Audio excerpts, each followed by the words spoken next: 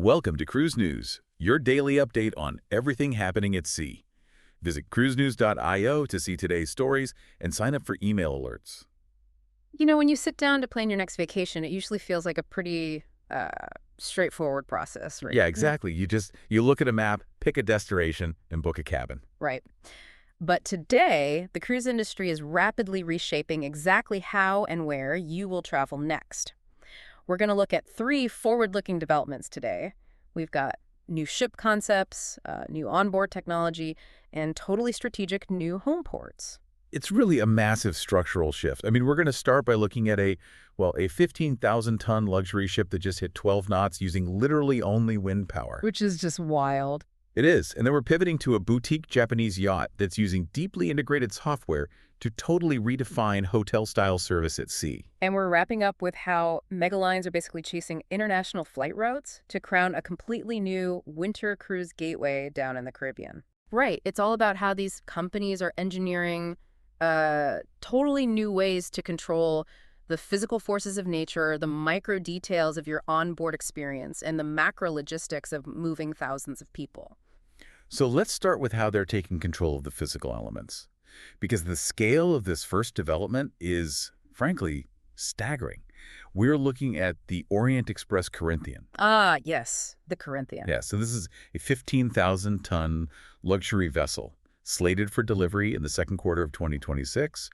And the big headline here is that it just completed its first sea trials off the coast of France. Right, built by Chantier de l'Atlantique. Exactly. They took this massive vessel out into 20-knot winds, and it hit 12 knots of speed using absolutely nothing but its sails. Which is a huge engineering triumph. Achieving that kind of speed and tonnage on wind power alone, we're not talking about a traditional little sailing yacht here. Right. Moving 15,000 tons of steel and glass through the ocean against the water's resistance, it requires an unbelievable amount of kinetic energy. Doing that without firing up a combustion engine is a total first for a passenger vessel of this specific scale. Well, and when I hear the word sails, my mind instantly goes to, like, a historical image. I'm picturing canvas flapping in the breeze, heavy ropes, and a massive crew scrambling up the rigging to, catch the wind. Oh, sure. But that is definitely not what's happening on the Corinthian. Not at all. The hardware here is a proprietary technology called solid sail, and it throws that old historical image completely out the window. Picture a massive rigid structure. Oh. We're talking about a 1,500 square meter rig that rises over 100 meters into the air, and it's distributed across 3 separate masts. Over 100 meters. Yeah, to put that into perspective, those masts are taller than the Statue of Liberty, mounted directly onto the deck of a cruise ship. Taller than the Statue of Liberty. That's the physics of keeping that stable. Must be completely wild. And there's no crew up there pulling ropes, right? No. The entire system is automated. The solid sail tech features an advanced automated piloting system that constantly reads meteorological data. Wow. Yeah, so the mast can rotate a full 360 degrees completely autonomously. They're constantly adjusting themselves to catch the wind perfectly, regardless of the ship's heading or, the direction the wind is blowing. That is so smart. And it's a hybrid system, too. It's designed to work in tandem with the ship's LNG-powered engines. Right, liquefied natural gas. Exactly. LNG already burns significantly cleaner than traditional heavy marine fuel oil. It drastically cuts down on particulate matter and sulfur emissions. So when you pair that cleaner burning fuel with an automated wind capture system, you're looking at a radical reduction in the vessel's overall carbon footprint. Well, I was reading through the technical specs, and it gets even crazier. Yeah. The masts actually have a tilting capability. Like, they can go nearly horizontal. And I was trying to conceptualize this, and the best analogy I could come up with is that it basically operates like a network of smart wind turbines in reverse. Oh, that's a brilliant way to frame it. Right, because instead of a turbine standing perfectly still on a hill, letting the wind spin its blades to make electricity, this system is a precision-engineered structure designed to physically push a massive, floating luxury hotel forward. Exactly. And that tilting feature you mentioned, it solves one of the biggest logistical nightmares for large sailing vessels, which is passing under low bridges. Oh, right. If the routing requires clearance, the sails literally bow down, the ship glides under, and then they stand right back up to catch the wind again. It takes all the unpredictable guesswork out of wind power. which has to be the most crucial element when you're selling a hyper-premium product. Absolutely. The luxury passenger is paying for a flawless experience. You can't have a situation where the ship is delayed arriving into port just because the wind died down or shifted direction. Well, of course not. So by automating the sails and combining them with the LNG engines, Orient Express is making sure that the elements never compromise the schedule or the comfort of the guests. And the guests on board are paying for an incredibly exclusive environment. The scale of the Corinthian is intensely boutique. We're talking about only 108 passengers on a 15,000-ton ship. Yeah, the space-to-guest ratio there is astronomical. I mean, in the contemporary cruise market, a ship of that physical size might carry over 400 people. Wow. So having barely over 100 means the corridors, the public spaces, the dining rooms, they'll feel like a private estate. It's basically a floating mansion. The accommodations are entirely suites, just 54 of them, and they range from 500 square feet all the way up to a massive 2,500 square feet. Incredible. And the amenities read like a top-tier Parisian hotel. You have a Guerlain spa, a fully functional recording studio, a 115-seat cabaret, 2 separate pools. Oh, and the culinary programming is being directed by Chef Yannick Aleno. Right. Whose restaurant group currently holds 17 Michelin stars. 17. Just casual. Yeah, just a few. Yeah. But look, the level of investment Orient Express is making here is a direct response to the structural forces reshaping the luxury sector right now. How so? Well, if you look at the industry pipeline, the ultra-luxury space is fiercely crowded. We're anticipating over 36 new luxury vessels entering the market between now and the end of 2027. 36? That's a lot of capacity. It's massive. You have major players launching ships like the Explorer Third, the Four Seasons Foreign, and the Seven Seas Prestige. Orient Express built its entire brand legacy on iconic luxury rail travel. Expanding into the maritime sector means they have to immediately prove they belong at the top of the food chain. Right, they can't just blend in. Exactly. So they're betting heavily that this highly visible, low-emission, solid-sail technology is the exact differentiator they need. It's a visual statement.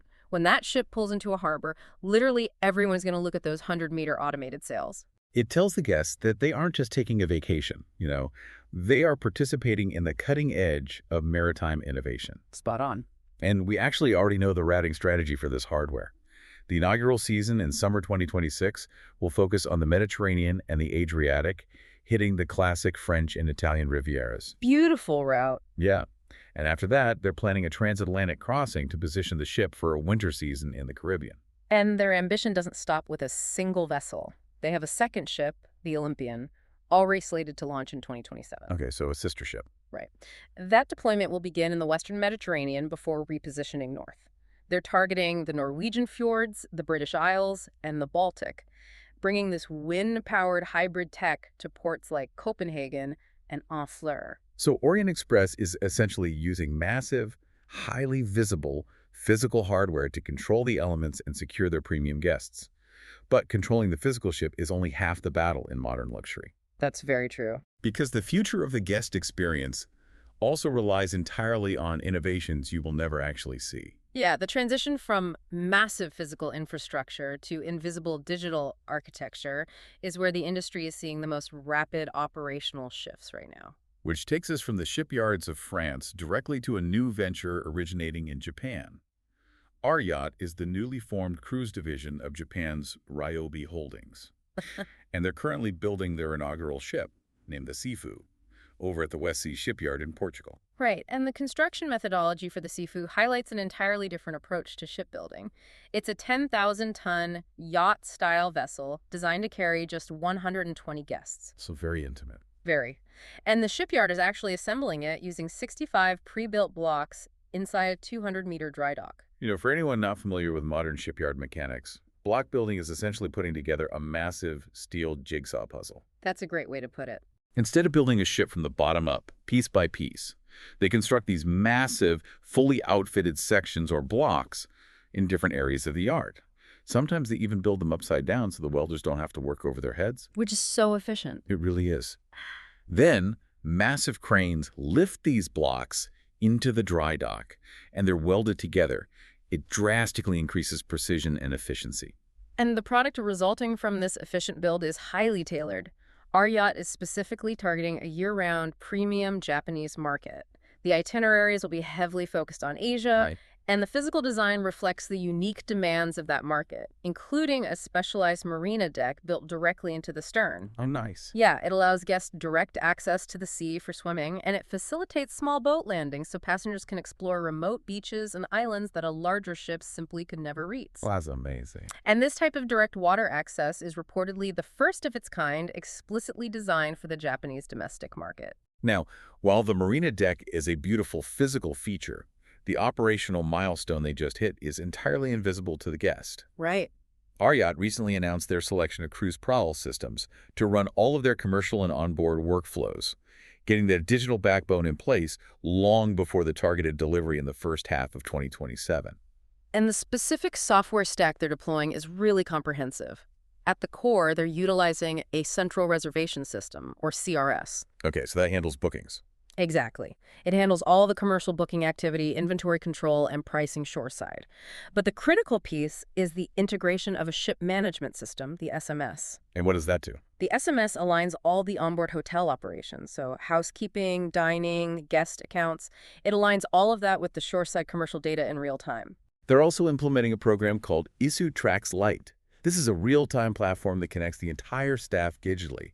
It's designed to manage and track everything from immediate guest requests and routine maintenance tasks to safety protocols, environmental compliance, and even the workflow of outside vendors coming onto the ship while in port. It's a massive technological undertaking. See, I have to pause and push back on this strategy a little bit because the logic feels somewhat contradictory to me. How so? Well, if I'm paying a premium to sail on the Sefu, and there are only 119 other guests on board, I'm expecting a deeply intimate, personalized experience.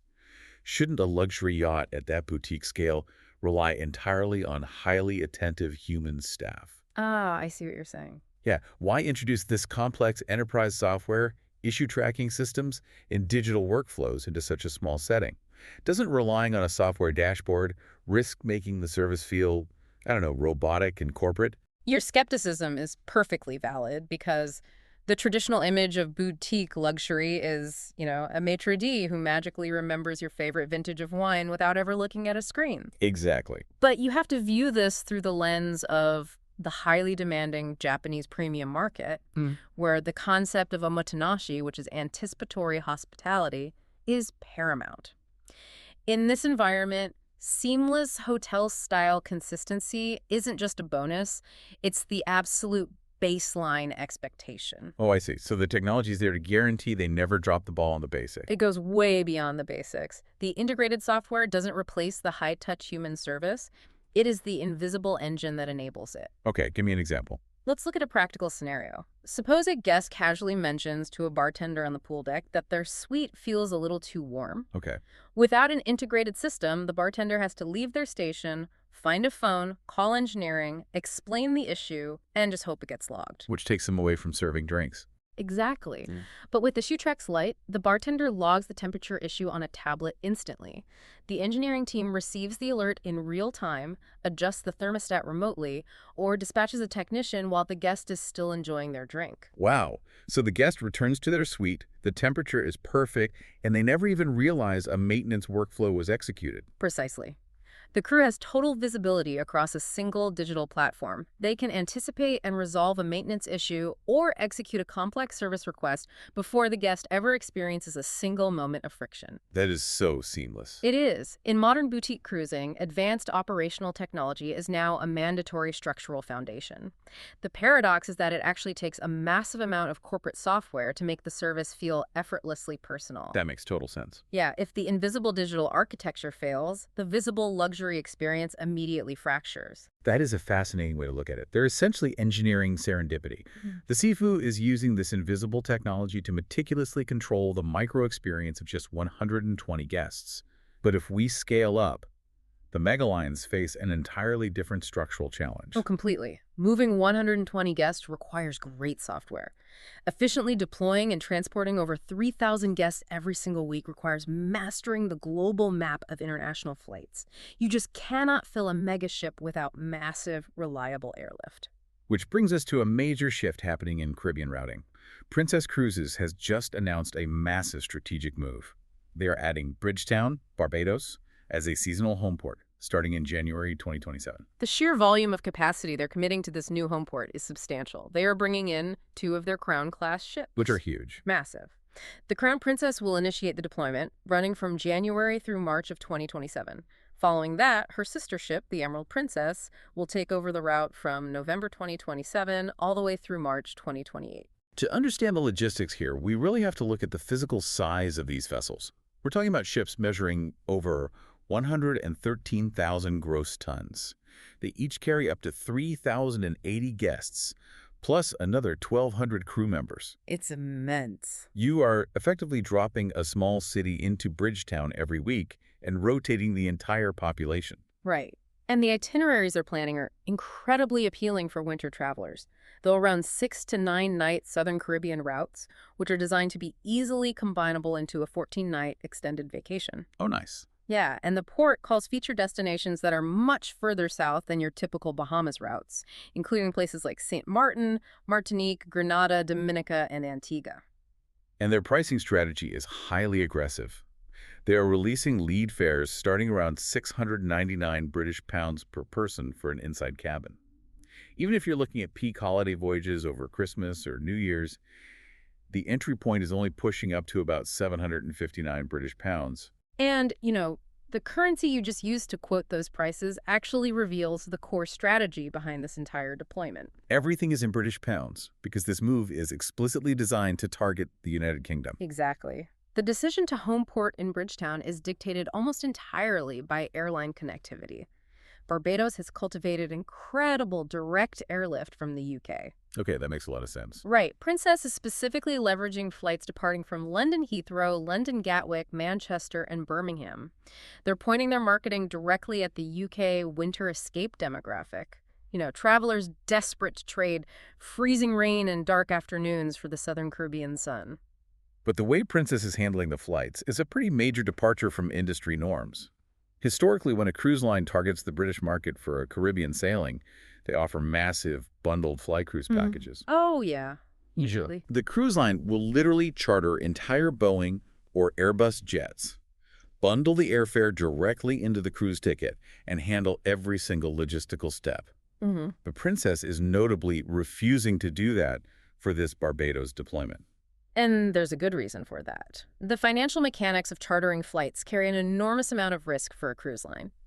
If you charter a massive block of airline seats and your cruise doesn't completely sell out, the cruise line still has to pay the airline for those empty seats. Oh, wow. I never thought about that. It's a massive liability on the balance sheet.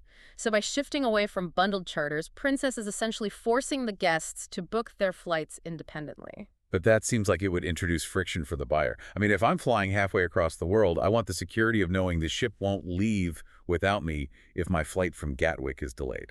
Right, and to mitigate that exact fear, Princess is pushing their plain sailing program. Oh, clever name. Very. This program keeps the airfare transaction completely separate from the core cruise fare, removing the charter liability for Princess.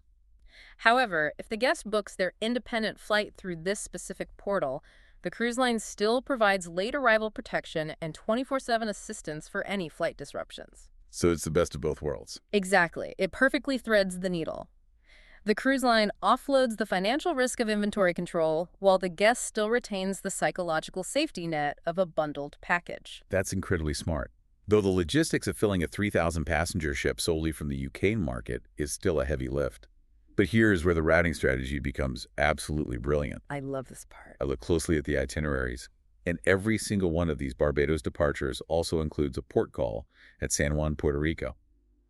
Princess is utilizing San Juan as a secondary embarkation point for the exact same continuous loop. Which fundamentally changes the economics of the deployment.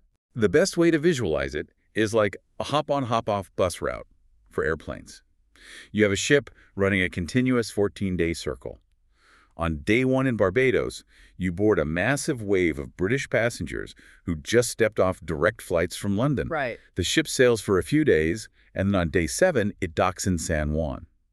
While the British passengers are off enjoying a day at the beach in Puerto Rico, Princess embarks a massive wave of American passengers who just flew domestically into San Juan. It's genius. Yep. By utilizing 2 different embarkation ports on a single continuous loop, Princess can seamlessly vacuum up travelers from two entirely different continents. Literally.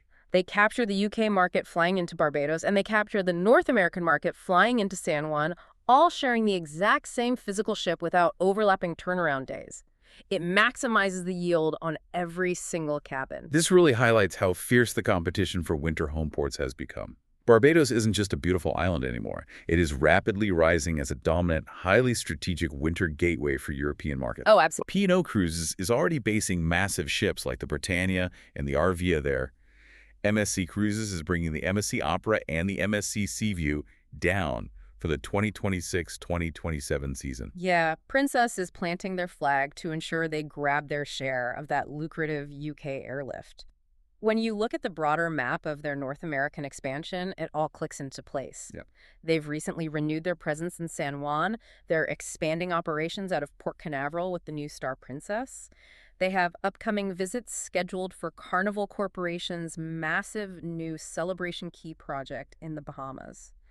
This Bridgetown deployment proves that deciding where a ship sails is no longer just about finding an attractive beach. No, not at all. The future of cruise routing is a complex math equation dictated by international airline schedules, secondary embarkation loops, and highly sophisticated inventory control. When you step back and look at these three developments, you really start to see the outline of what the next decade of travel will actually look like.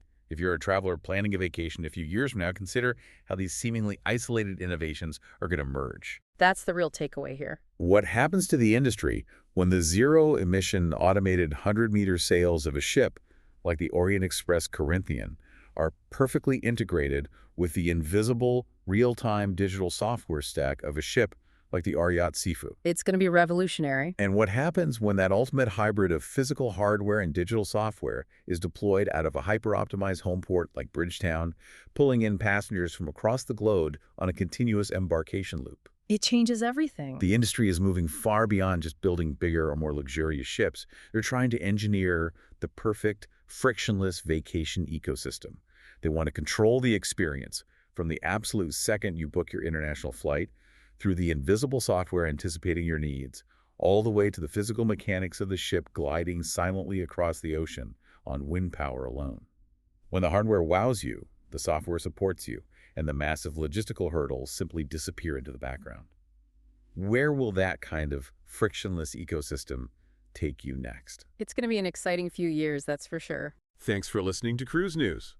Visit cruisenews.io to catch up on the latest updates and sign up for free email alerts.